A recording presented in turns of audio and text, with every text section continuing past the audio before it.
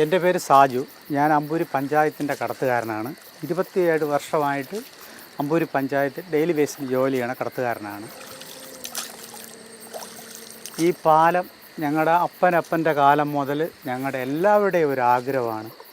മാറി മാറി വരുന്ന ഒരു ഗവൺമെൻറ്റും തിരിഞ്ഞു നോക്കാതിരുന്നപ്പോൾ പാറശാല നിയോജകമണ്ഡലത്തിൽ നിന്ന് ജയിച്ച നമ്മുടെ CK കരീന്ദ്രൻ MLA, ഈ MLA വന്നതോടുകൂടി ഞങ്ങൾക്ക് ആ ക്ലേശം മാറുകയാണ്.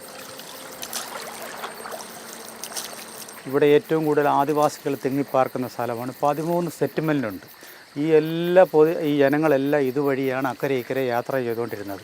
ഈ ആദിവാസികൾ ഈ കൊല, ഈ പാക്ക് സാധനങ്ങൾ, കപ്പ, ഇത് സാധനങ്ങളെല്ലാം വാങ്ങുന്നതും വാങ്ങാൻ പോകുന്നതും വിൽക്കാൻ പോകുന്നതെല്ലാം ഈ വള്ളം വഴിയാണ് എല്ലാവരും കൊണ്ടുപോയിക്കൊണ്ടിരുന്നത്.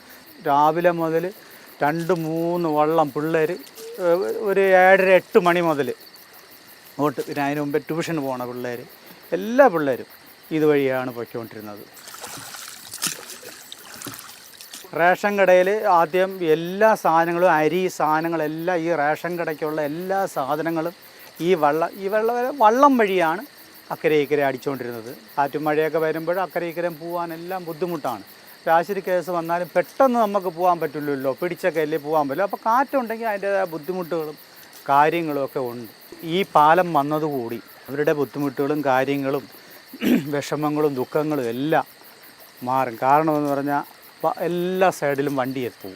ഇപ്പം തന്നെ നല്ല റോഡ് പണി അതും ഇതുമൊക്കെ നടക്കുന്നുണ്ട്.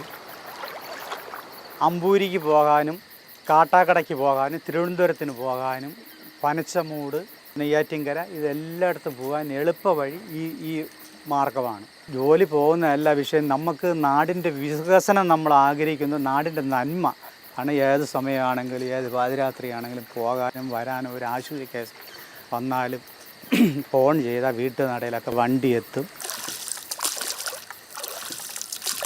13 ആദിവാസി ഊരുകളിലായി 2000-ഓളം ജനങ്ങൾ.